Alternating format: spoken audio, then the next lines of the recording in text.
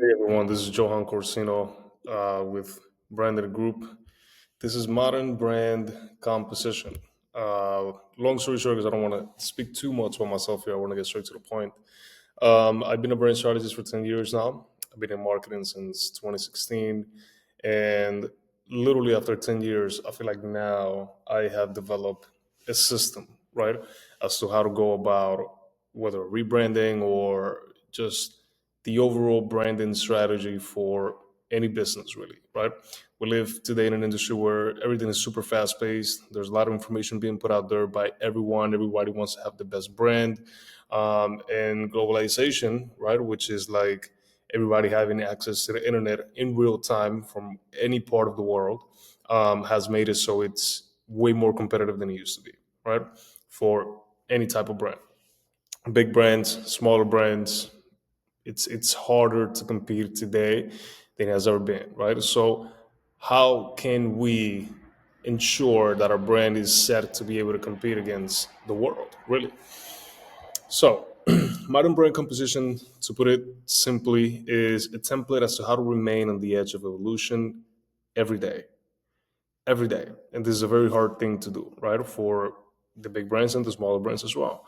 And the reason why this is so hard to do is because everything is moving too fast. Everything is moving at a speed that it feels like it's almost impossible to be able to, stay up to date with the new trends and what consumers are now doing and what the kind of content is working and all of these different things that business owners and people that own brands now have to take into consideration, right? So I hope that this is something that gives you clarity. It's a lot of work, and there's a lot of stuff that goes into it. It's a very layered thing, but I think that if you follow everything that's in here, you will have a template as to how to remain on the edge of evolution every day. Let's get into it. So these are the elements here. Okay. Let me can I make myself a little bit smaller here? No, all good. So these are the elements that we're going to be working with today, or the elements that modern brand composition encompasses. So number one is human nature. Number two, customer psychology. Number three, tenets. Number four, cultural alignment, customer experience, community, execution, and performance. Why do we start with human nature? I'll tell you why. 95% of people, they buy based on one thing. 95% of people buy based on one thing. Can you guess what that thing is? No, it's probably not what you thought. It's emotion. 95% of purchasing decisions are made subconsciously, driven primarily by emotion and not logic. This is a study done by the Harvard Business School. You guys can look this up. I can probably just leave the link in the description here so you can read it yourself. Gerald Zaltman from the Harvard Business School. I think the first study they did on this was in 2003, right? And what this tells you is that you can think about branding in whichever way you want to think of. As you know, you can think that branding is just visuals and logos and how your brand shows up. But the truth is that there's a lot more than that. There's a lot more that goes into why people choose one brand over another. But the truth that you need to keep in mind throughout this whole thing is that 95% of people buy based on emotion across every industry. So this is the most important thing to you for your brand, for your business. This is the thing that you need to keep in mind. My definition of branding is what people feel when they encounter your product. It's as simple as that. I don't want to overcomplicate anything throughout this presentation. Branding is what people feel when they encounter your product. Why is feeling so important? What does that have to do with anything here? Well, 95% of people buy based on emotion, then you should care about what people feel, right, when they encounter your product, because that's branding, right? That transaction makes up what branding is. So brands fail not because they look bad, but because they're not built on how humans think, feel, and behave. Modern brand composition is a system that builds brand from the inside out, starting with human nature and ending with execution and performance. So, I know I put a bunch of elements and I want to explain them all so we can get a clear understanding as well. So, what do I mean by all of these different elements? So, what I mean human nature, I mean the core need. This is the core need. This is the most basic thing that you can think about when it comes to branding or when it comes to a business transaction. There's a client that has a core need, and you are the brand that wants to fulfill that need. Usually, we tend to break away so fucking far from that core need, and we want to do all of this other extra stuff, thinking that in a world that's consumed by endless content and attention and news and noise and things, we think that we need to be bigger and that we need to be find the craziest concept, and in some instances that might be true. But when you separate yourself or when you drift away from that core need, like when you go a little bit too far from that, it's like now you're lost in the sauce, right? What was that great meme? Like, you can have sauce, but you can also get lost in the sauce. You want to have sauce. You don't want to get lost in the sauce. You want to make sure that you are consistently attacking this core need and that you are doing it in a truthful manner. So, human nature, what I mean by that is finding the unique point of relatability in between the brand and the people that you serve. Human nature is about aligning yourself with the nature of the people that you serve. That's what you want to do. So, this core need is one of the single most valuable things that you are going to be able to keep in mind as a brand. The more you drift away from that, the harder your job is going to be to perform as a brand effectively. Hopefully that makes sense. Customer psychology. This is the thought process behind the need. Okay. Tenets. This is which angle are we taking to fulfill the need. This is where our mission comes alive, right? Our tone, how are we going to communicate? Our image, how are we going to show up? Our feel, how do we want the brand to feel? Cultural alignment, it's our position within culture. Customer experience, how is that need delivered? Customer experience is extremely important. Customer experience is one of the only tools that people have in order to be able to rate your brand and say this is a good brand or this is a bad brand. Customer experience, we'll get into it. Community. This is how we amplify the relatability of the need. This is how we gather like-minded people to rally over this need, right? And the need that we are fulfilling here with our brand. Execution is building the brand, targeting that core need with all these other elements that we have. And then performance, we also need to track how well the need is being met because we're here to also make money, not to just be broken famous. We don't want to do that, right? So I'm gonna try and zoom myself out here a little bit. I feel like I am taking over the whole damn thing. Perfect. Hopefully that works. Elements. Human nature. It's the fundamental human need that the brand exists to serve. Fundamental human need that the brand exists to serve. Customer psychology. These are the fears, the thought patterns, their decision triggers. So when we speak about customer psychology, it's we're going to break it down in more depth, but it's kind of putting yourself in the client's mind. What are their desires, their fears? What are they looking to get out of this? What's keeping them from not going with your brand? Just getting in their mindset. Forget about yourself. It's not about you. Consumers are the priority, right? And it's like Jeff Bezos' ethos in Amazon is they want to be the most consumer-centric company in the world. That's a really amazing way to put it together. So customer psychology, what you have to think about is how can you be more customer-centric? The more customer-centric that you are, the more you are able, the easier it is for you to attack that core need that we were speaking about, which is a human nature. Tenets, we're going to speak about mission, image, tone, feel, how the brand shows up. Cultural alignment, relevance, timing, pop culture, social context. Where does the brand sit in culture? Customer experience is the design journey um, that you should be designing this journey, not having it just be random and made by accident. Community, belonging, advocacy, identity around the brand. Execution, structure segments, content systems, campaigns, channels. Performance, KPIs, feedback loops, optimization, the almighty ROI, right? That's when that comes in. So let's break everything down a little bit. Throughout this presentation, we're going to use an example. That example is going to be a coffee shop. It's going to be a premium coffee shop. Okay, just so it's a little bit easier to understand all of this. So we're going to apply the strategy to a coffee shop, and it will go something like this. Number one, human nature. What is it that people actually need when they think about going to a coffee shop? Well, every successful brand exists because it satisfies a deep human need, not a feature, not a product, but a human need. For our coffee shop, people just don't need coffee.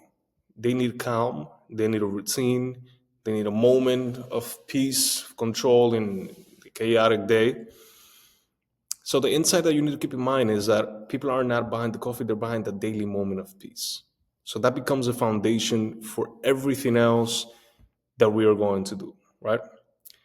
There are always a set of characteristics, traits, or feelings that create an instant emotional connection. The purpose of this element is to find, curate, and systemize these characteristics. So this is now our core need, right? People wanting that daily moment of peace. That's our core need. Fuck the coffee. People will come for the coffee regardless because people are coffee addicts, including me. So selling coffee is not going to be the problem, but how you sell it is going to be the problem. Our human nature is just identified that they're buying a daily moment of peace. That's what they're buying. Now, what's the psychology behind these people that go to the coffee shop, right? So, how do your customers think? Well, once you understand the human need, you need to understand the person experiencing it, their fears, their desires, their inner dialogue. The coffee shop customer, it thinks fast, it's mentally overloaded with work or whatever they're going through. They value quality but don't like chaos. They want things to feel intentional but not rushed. What are their fears? Wasting time, loud, crowded places, low quality coffee or low quality places, guys, says cool. Desires, consistency, calm energy, feeling understood without, being sold too hard.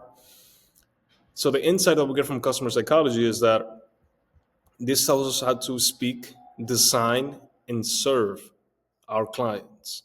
So we understood what the human need was, right? Which was that daily moment of peace.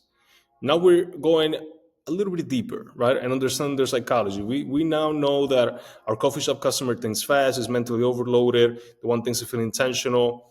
We know that they don't want to waste their time in a crowd, loud place. And we know that what they want is consistency, calm energy, and just feeling understood, right? So these people just want to come in, have some coffee, be in a calm environment, have their coffee, get their work done, unwind for a little bit, and then just fuck off into the sunset, right? This is our client. So now that we understand what the need is, which is that moment of peace, and now we understand the thought process of our clients, of our customers, now we move into the next step, which is building our tenants. So our tenets are how the brand shows up everywhere. This is where, this is usually the first thing that people do, right? The jumping into the logos and the colors and the vibes and whatever, right? Without understanding first the human need and the mind behind the need. So yes, this is now where we create our mission, right? Which would be, for example, for this coffee shop would be to create a calm daily ritual through exceptional coffee. Image, clean, warm, minimal, natural textures, no clutter. The tone, soft, grounded, confident, never loud or salesy. And the feel is like that you can breathe here. You can, as soon as you open the doors to this coffee shop, you are greeted by this sense of peace, right? This is what they want. They want that moment of peace. So now we are curating the visual aspects of the brand, the way that the brand communicates, and we are curating how the brand shows up in its entirety, having that core need in mind, all around that core need. Okay, so the space, the menu, the staff, and the Instagram, they all feel the same. It's cohesive, right? All throughout. Each of the tenants work together to form the brand's living personality while also maintaining a standard of alignment when it comes to being on the pulse of culture. Okay? Talking about culture. Cultural alignment. Why this brand fits right now? That's what you have to ask yourself. This is the practice of positioning a brand within the rhythm of popular culture. Okay? So being aligned culturally after you have put together your tenets, which is the angle that you're going to take to um, show up to deliver this need, aligning yourself culturally becomes much easier after you understand the core need, after you understand the mind of people or the thought process of people behind the need, after you created your tenets. Now, fall in line within the rhythm of culture and positioning your brand within the rhythm of culture feels a lot easier. Feels a lot easier because you know your audience, you know what they thinking, you know what you stand for. So now it's much easier and much clearer how to position yourself culturally, right? So cultural alignment, you have to think about it as in,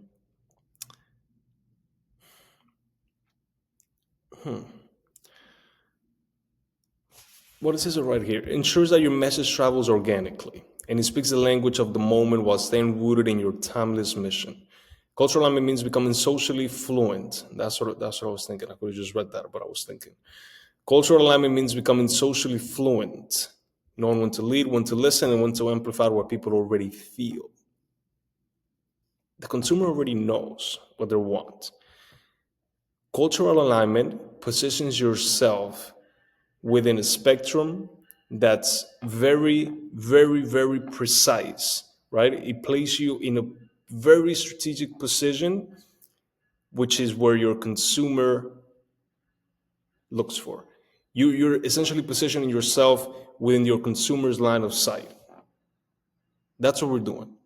We're positioning ourselves within our consumer's line of sight. And then once they go and they actually click on us or they want to find out more about us, they see that our tenets are, very in line with what they believe, that we're answering their thought process and that we are targeting their core need. So, for example, the cultural realities, right? Burnout culture, overstimulation, constant noise, work from anywhere lifestyle. How does the coffee shop align? Well, calm is luxury, slowness is premium, silence is valuable.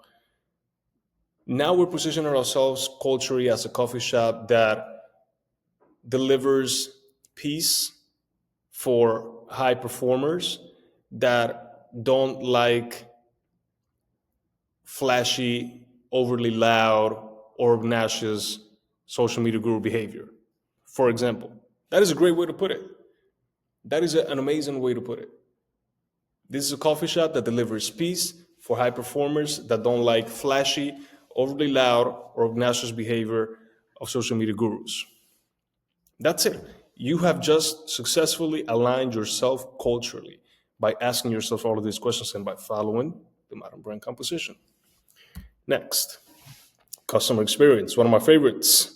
This is what people actually go through when they encounter your product, when they are consuming your product. Branding, my friends, and I'm sorry to break it to you, it's not what you say. It's what people experience, step by step. This is where human nature and tenets come alive in real time. If human nature is the why and tenets are the how, then customer experience is the delivery mechanism, the living proof of the brand's promise. I was telling you before, customer experience is one of the only tangible tools that people have of being able to say this is a good brand or this is a bad brand. So you have to take this with all seriousness. You have to be extremely serious and extremely intentional about what your customer experience is from beginning to end. And let me break something else to you. Customer experience doesn't begin when they actually, come to the coffee shop and try to buy coffee. No. Customer experience in this day and age begins here with the search experience. So it starts when they Google you and they see good ranking and positive reviews. When they go on your Instagram and they see strong presence and a unique identity that is culturally aligned with themselves. On TikTok, where you see true testimonials and user generated content. On YouTube, where you showcase your craftsmanship, shares throughout all social medias, and referrals by people. This is where it starts. When you think about customer experience, you have to be a lot more clinical than just thinking that it's going to be when people come in through the door and was the service good. Yes, that is a very important aspect of it. But I'm telling you that there is an aspect before, which is the search experience. Then there's the coffee shop experience, and then there's actually another type of experience that I didn't put here, which is the community experience, which is them going telling people 2 3 days after they went to a coffee shop, when they speak with their friends or their family members, hey, I went to this coffee shop and it was actually pretty good, or I actually went to this coffee shop and it was fucking trash. So customer experience never ends. Customer experience never ends. It is never ending. There is not an end to it. It is infinite, because that's how word of mouth works. If Mary goes to this coffee shop and she loves it, she goes on her group chat and sends the pictures. Girls, I love this coffee shop. We should all go next sometime. Great. That's another 5 people that now know about your coffee shop. They're all going to go to the coffee shop. If one of them don't like it, then she's going to say, I don't like this coffee shop. And then she's going to tell somebody else about how she didn't like that coffee shop and why she didn't like the damn coffee shop. So customer experience never ends, never ends. People will continue to talk about their experience with your product as long as your business is fucking alive. So you need to take customer experience fucking seriously. This is one of the most important parts of it. And I feel like one of the things that people really get wrong in this day and age is that I'm going to do all the great marketing in the world. I'm going to do all the great branding in the world. I'm going to do the greatest campaign. I'm going to buy the most fucking ads. And then they come into the place and the product is fucking garbage. It's trash. So when you do that, you're actually hurting more. You're hurting yourself more than you're helping yourself. So before you even try to think about what your logos and colors and marketing campaign and ads are going to fucking be, fix your goddamn customer experience. This is what's going to ensure that when people speak about your brand, they actually have something positive to say. Steve Jobs said it best. When people buy our products and they think it's a good product, that is a deposit on our bank account, on our trust. When people don't like the product, that is a withdrawal in a trust of the brand. You have to ensure that your customer experience is set up in a way where people make deposits in your brand, meaning that they trust your brand in the long term. So get it out of your head.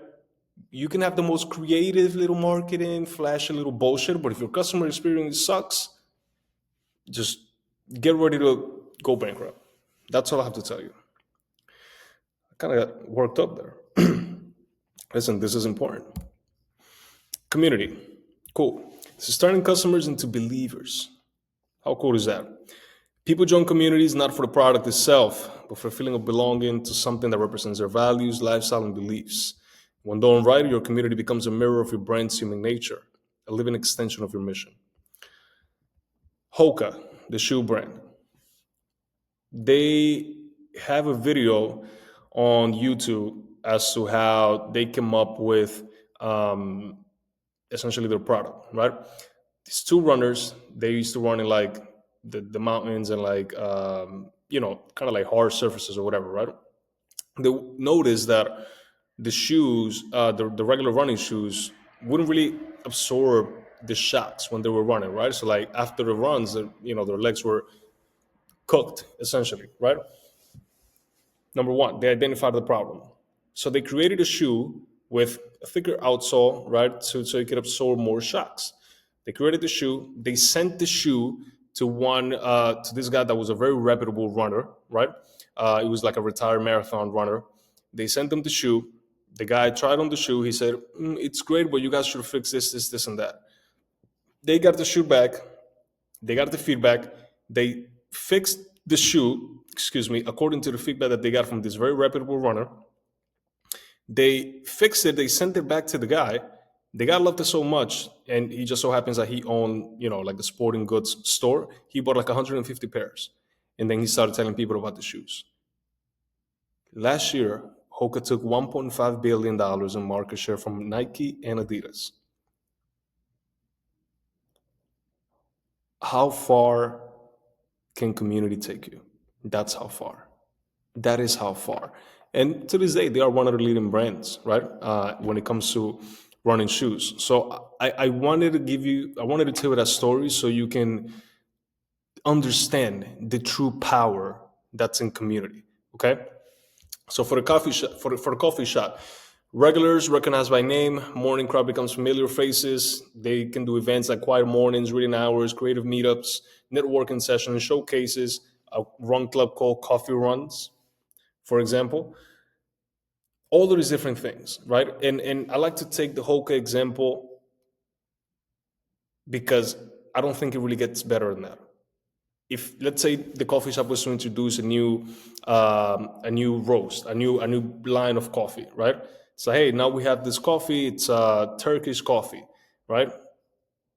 And you set up someone outside, one of the guys that work there, with a tray in the morning, just handing out coffee for free to the people. Just try it out, and then people say, "Oh my God, that's great!" And then they come in and then they actually buy a damn cup of coffee, right? So you need to understand the value that community and that building community adds to you. Because when customers begin to see each other, not just the brand, as a part of their identity, your growth becomes self sustaining. Self sustaining. Now we go into the execution. Just to recap here for a moment, we got clear about what the core need was. We understand what the customer psychology is and what's keeping them from going and get the need what they need. We built tenets, or we decided on how the brand's going to show up to deliver that need, or what angle are we going to take to deliver that need. We aligned ourselves culturally so we can fulfill that need. We curated our customer experience in a way that targets that need with so much precision and very little friction. And then we created a community around that need that turned customers into advocates of your brand. Now we execute. So this is the course of action that puts the entire brand strategy to work. Execution is simply the disciplined action of everything else that we just defined. All of that stuff that we just defined, it sounds beautiful, sounds pretty, right? But we have to actually get it to work and execute it, right? So for the coffee shop, this is now when we start building brand on Instagram, on TikTok. This is now where we, think about our content segmentation. What I mean by content segmentation is, I take the example of the news, right? There's usually a lot of people that don't know how to go about content, and I think it's the dumbest shit ever, including me, because I've been slacking on creating content. But if you segment your content, then the way that the news segment their content, it takes the guesswork out of the way. It takes wondering out of the way. If you watch the news, which I don't, but if you watch the news, you're gonna get sports, you're gonna get an entertainment section, you're gonna get a weather section, you're gonna get a finance section, you're gonna get a exclusive news section. They already have all their segments laid out. So for this coffee shop, we know that they need to create, that they need cool pictures about the coffee, that they need the POV of the barista, that they need the video of the craftsmanship of the coffee, that they need the UGC content, that they need the collaboration that they did with a different brand. Now we have all of these different segments laid out. Now we just have to go create the damn content, schedule it, and let that shit post on its own. As opposed to having this content anxiety as to, oh my God, what am I going to post? So delineate clearly what kind of contents do you need. I need lifestyle pictures. I need the POV of the barista. I need one video talking about the craftsmanship. And I need pictures of how the coffee shop looks.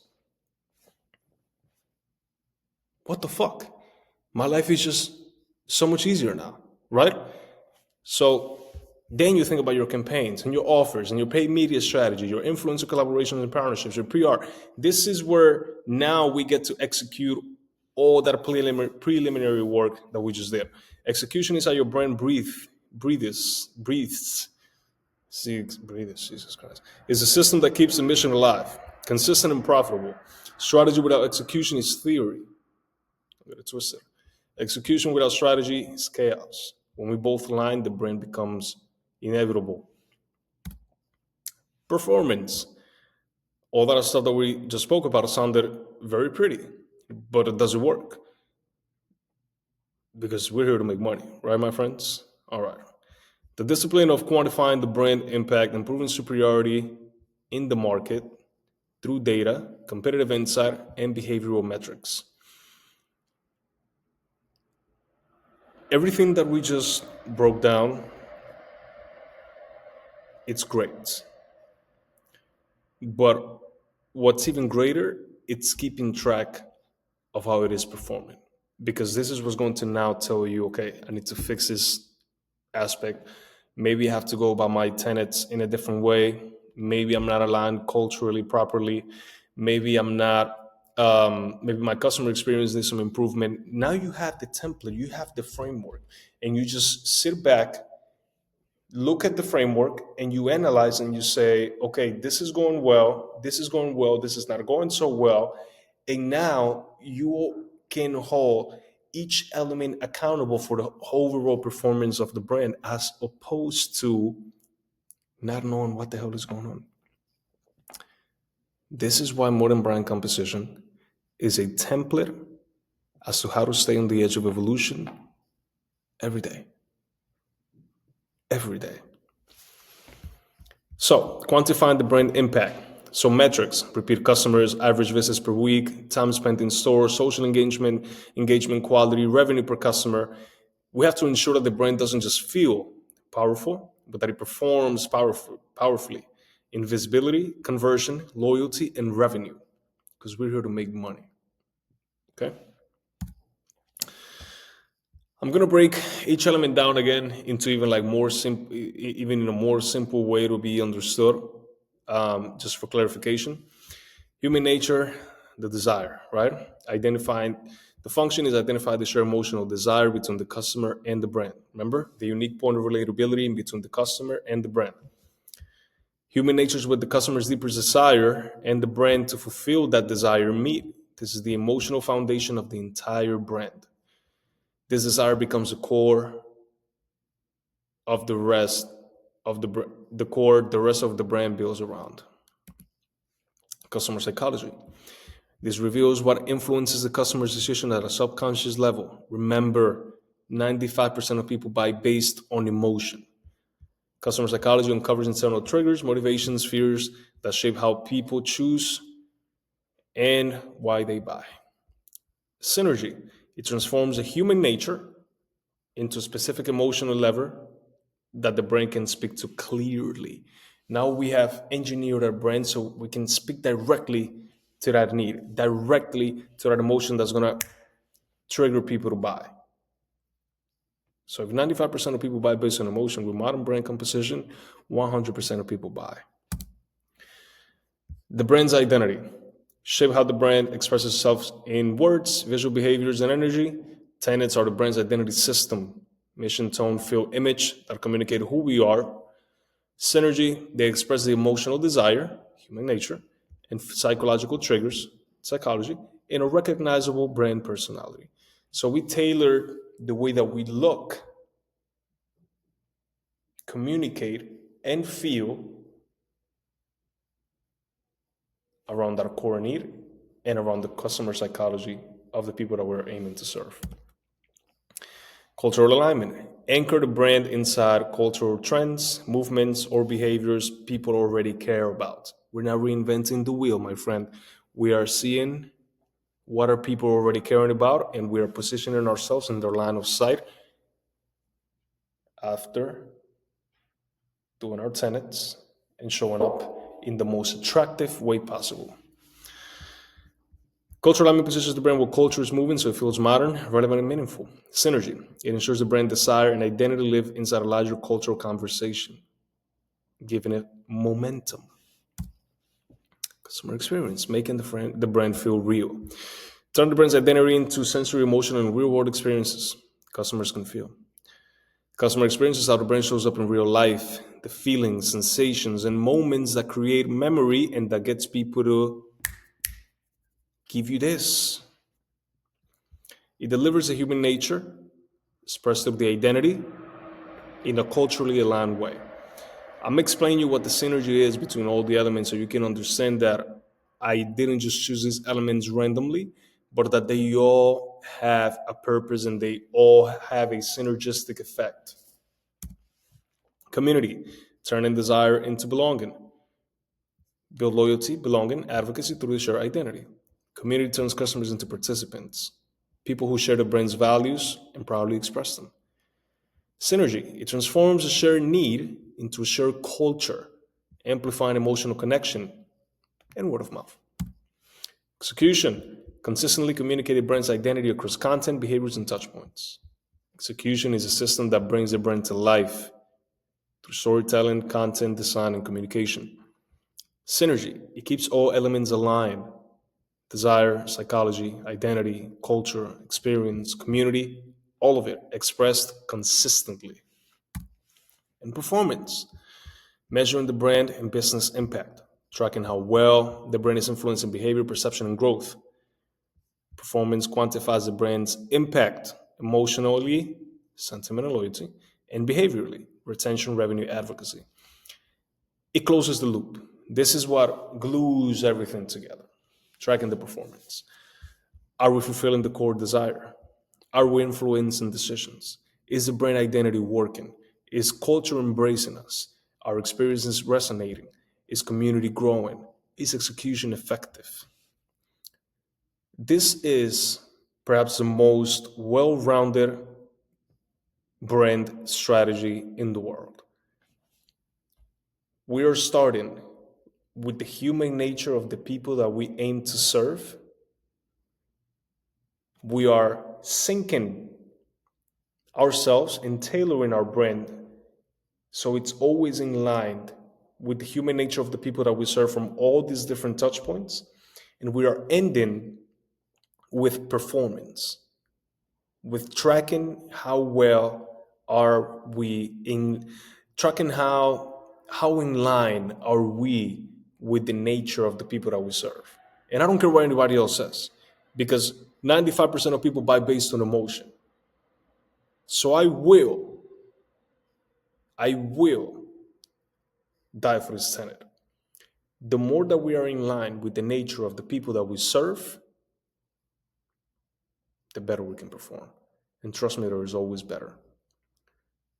Starting with the human nature of the people that we serve, and we're ending with performance, tracking performance. It's the most well-rounded branding system in the world. Modern brand composition. It's a system that starts with human nature and ends with performance. So brands are built with intention, clarity, and consistency, leaving no room for improvisation, but instead a template as to how to constantly remain on the edge of evolution every day. As you apply this, and time goes on, and trends come and go, when a trend comes, you know what your tenets are. You know what your mission is. You know what your image is. You know what your feel is. You know what your tone is. As trends come by, now you have a system where you can identify, okay, that trend resonates with who we are. You put that trend against our tenets, against your tenets, and you put them side to side, and you compare and you say, is this trend in line with our tenets?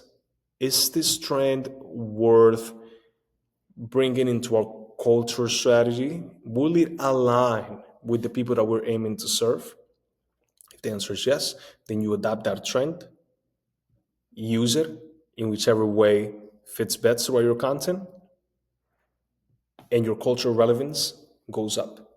If you pick a trend that doesn't align with your tenets, then It's not really going to be relevant. You see, now we have a framework. Now we understand how things work. If we are culturally aligned and we are catching on to consumer behavior trends, not social media trends, consumer behavior trends, and we start to build a community and we see that the response is good, now we know that we need to do more of that. But if you don't know these things, how in the hell can you know what kind of work do you need to do for your brand to become what you want it to be? This is why this is a framework, a template as to how to consistently remain on the edge of evolution. Now you can just keep running. As things come by, you know that you need to look either in one element or the other element, or see if this aligns with who you say you are and your mission. This is the most well rounded system for how brands are built and sustained, at least throughout the next 10 years. Now that you know how to trigger the right emotion and build tenets around that emotion and align yourself culturally around that emotion and curate your customer experience around that emotion and build a community around that emotion and then execute the strategy around that emotion and you track the performance of it all, will you ever lose? No, you will never lose. You will never lose because you have a template that will allow you to remain on the edge of evolution every day. So you will not lose. You just have to analyze each element, but now you have everything that you need. So what will your magnum opus be? This is Modern Brand Composition, Brandon Group. I'm Johan Corsino. I'm going to be doing a video breaking down each element into a little bit more depth, especially like the tenets element, the community element, a couple of other elements because they need a little bit more clarification. But this is just the introduction. I wanted to do this so I could explain my modus operandi clearly. And modus operandi means way of operating. In case, sorry, maybe somebody doesn't know what that means. It's Latin for way of operating. Magnum opus is Latin for masterpiece. So what will your masterpiece be? I'm going to be doing another one of these, breaking everything down into a little bit more detail. But I think this is a great introduction. Guys, whoever has a brand out there, you are not competing against the world. You are not competing against your local town. If you are from, I don't know, Woodbridge, New Jersey, you are not competing with Woodbridge, New Jersey. You are competing with the world. If you are from Spain, Madrid, you are not competing against Madrid. You are competing against the world. If you are in Tokyo, Japan, you're not competing against Tokyo, Japan. You're competing against the world. Globalization is entering its prime, meaning that everyone has access to everything at the same time. And the ones that are able to speak to that human nature in the most precise way are the ones that are going to win in the long term. So, what will your magnum opus be? This is Johan Corsino. I'll see you guys on the next.